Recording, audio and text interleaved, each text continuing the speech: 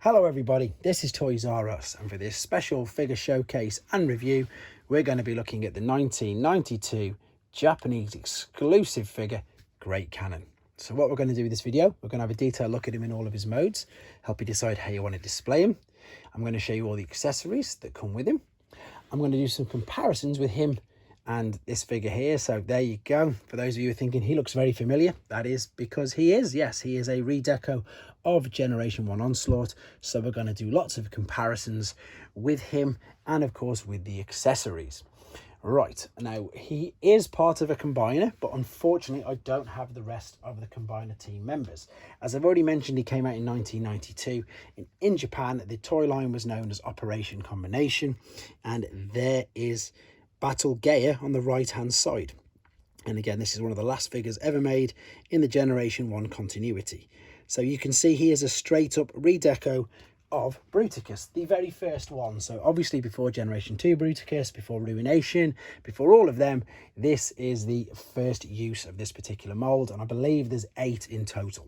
So let's have a quick look at the comparison. We'll start straight away with the heads, because you can see that Great Cannon's got the red eyes and Onslaught has the orange eyes.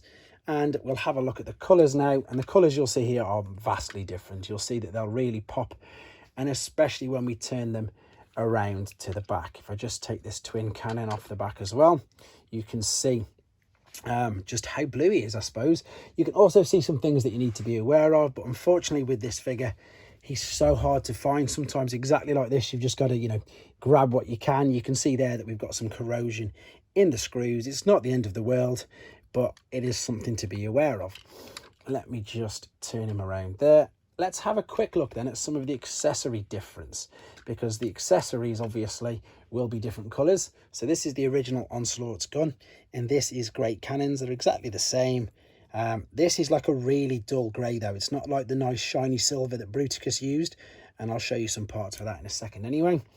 Let's just move him out of the way, just take the focus away. The biggest difference in the accessories will of course be this, which is the main chest plate, whereas Great Cannon's, Battle Gaia, yes, both the same figure, both one's the combined name. There is loads of stickers on, and of course it is jet black. Huge differences there. And to be honest with these, when I first saw these feet, I just thought, oh, they might be black Defensor feet, but they're not at all. They are again straight up redecos. You can see they've got all the same mold, indentations, imprints, etc. They are just jet black versions of these. We'll have a quick look at the cannons, because there's a couple of differences there. Again, they've changed the cannons to black. The main colour there is blue and of course grey. Of course, Bruticus was mainly camo. He looked very much like the army colours, whereas this guy doesn't at all. The chest piece here obviously will come off, and you are correct if you've noticed that I'm missing a ramp that comes with him. Now the ramp obviously for Onslaught is this silver one. I'm going to be using this for the video just to do the demos, but this should be jet black as well. And then again, unfortunately, I don't actually have one.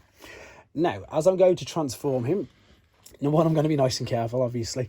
But what I want to also do is do it off camera just for that reason, so you can see it in a separate video and you can see that for yourselves afterwards.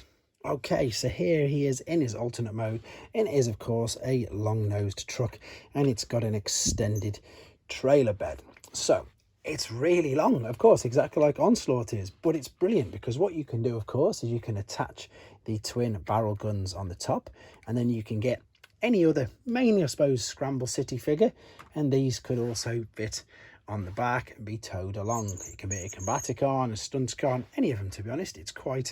It's very, very useful, and of course, more importantly, when you're a child, it enables loads of different, I suppose, themes and stories that you can play with it. It is incredibly basic though. It doesn't really do too much. All the wheels do go around, so you are checking for things like corrosion there. And I think, to be honest, that's about it. But again, you can just see how different it is with this particular colour. What we're going to do now, though, we're going to come back and we're going to see him in his base mode. Okay guys, here we go, final mode. Quick apologies for not doing this transformation on camera. One is to keep the length of the video down, and two is just to be so careful, because it's all to do with this part here, how you can damage and snap the bits there. Now this does look nothing like a base at the moment, obviously not, but what we're going to do we're going to attach the double cannon there, and then you're gonna have to forgive me because I don't have the original black part. Now the original black part is the ramp that is standard onslaught. You can see underneath here that there is a cutout literally where my thumb's pointing to. So what we can do is, obviously the ramp would just be black, there's a little lip there, we can pop that on, it will rest into position, and funnily enough we've still got Wild Rider here, so I can pop him on there and he could then come down the ramp. Now what I found that is really interesting, and especially as this is a Japanese exclusive, and what that is there's no launching mechanism there. So for people who are unaware or of Japanese Transformers, what we've got here is we've got Onslaught, the original one, obviously in his Takara packaging, and here we go. I'm going to show you this because I can't understand, and I perhaps need to do a little bit more research, but I can't find anything out as to why it didn't have the launching mechanism. So this is what I mean. So you might not even have seen this. As I say, if you've only ever seen the Hasbro versions, this pulled right back, and then as you can see that there, launched. So what you could then do is spring and fire off the Scramble City limbs or whatever else you wanted to do, Micromaster bases, etc., all things like that. So I was quite surprised with that, to be honest. I really thought that it would have that, but yeah, as be part of it. So there is the, again, very basic base mode. I'm going to very quickly bring him back into, in fact, what I'll do while he's in base mode, because this is pretty much the same mode as he would be used to be a combiner. So what I'm going to do is just tell you a few things as I show you what you would do. So of course, if he was going to be combined now with the rest of the figures, this is pretty much how he would be. In fact, let's do it. Let's attach the chest plate and everything to it.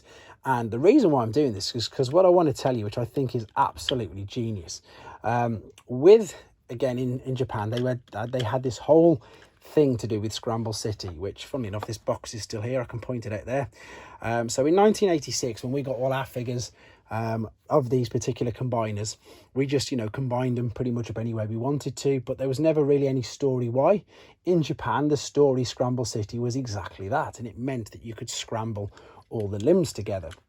And the best thing about this particular character, Battle Gaia, when he was built up, is that if you put the tank and the Jeep at the bottom, which were of course the two land vehicles, it made the main character have super speed in running.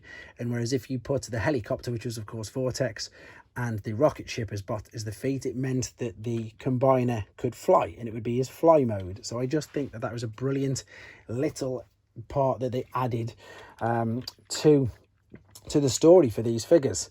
What I'm going to do, I think, because the transformation process I did in the separate video wasn't all that bad, I'm going to finish this off, if I can, nice and carefully. No, I'm going to do it off camera and then come back with him in his robot mode. So we are back for the final time, and this is the way I'm going to be displaying him until I am fortunate enough to find the rest of his pieces. So there he is, 1992's Great Cannon from the Japanese continuation of G1 figures, Operation Combination, Battle Gaia. Thanks very much, guys. Take care. Thanks for watching. Like and comment, and don't forget to subscribe.